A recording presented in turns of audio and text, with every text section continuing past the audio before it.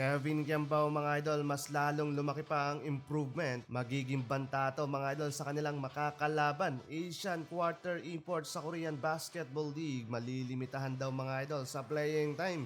So ayan na nga mga idol, balitang KBL muna tayo lalo't nalalapit na ang pagsisimula ng new season ng Korean Basketball League ngayong October 3 na yan mga idol. Pero may nakakalungkot lang na balita para sa mga fans na mga kababayan nating maglalaro sa KBL after season 2025 and 26. Dahil ayon sa isang report ng isang sports analyst sa Korea, expected daw mga idol na magkakaroon ng limitation sa playing time ang mga Asian import kagaya ni KQ Arvin Tolentino at Carl Tamayo at iba pang mga kababayan nating import na nasa KBL.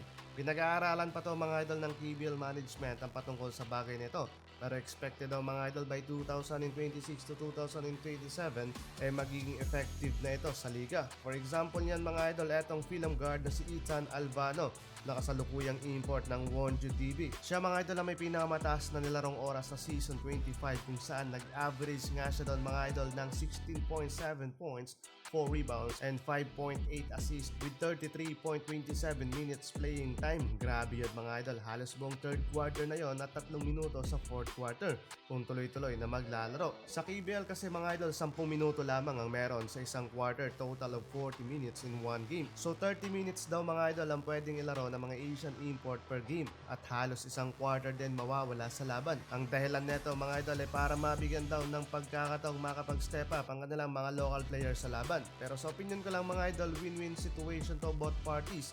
Local player can get more time at experience habang mahabang pahinga naman para sa mga imports plus iwas injury din mga idol.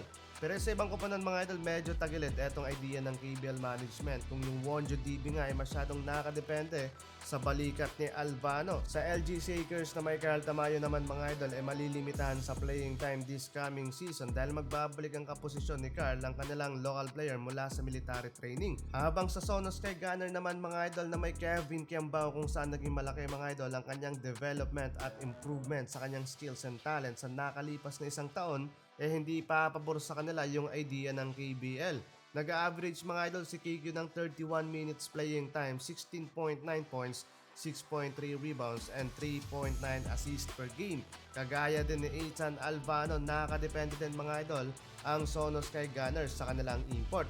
Pero hopefully mga idol kung sakaling ma-implement ito ng KBL next season, pagdating ng playoffs hindi ganon sana ang magiging situation. Lalo't pinaka-crucial din yun mga idol para sa mga kupunan.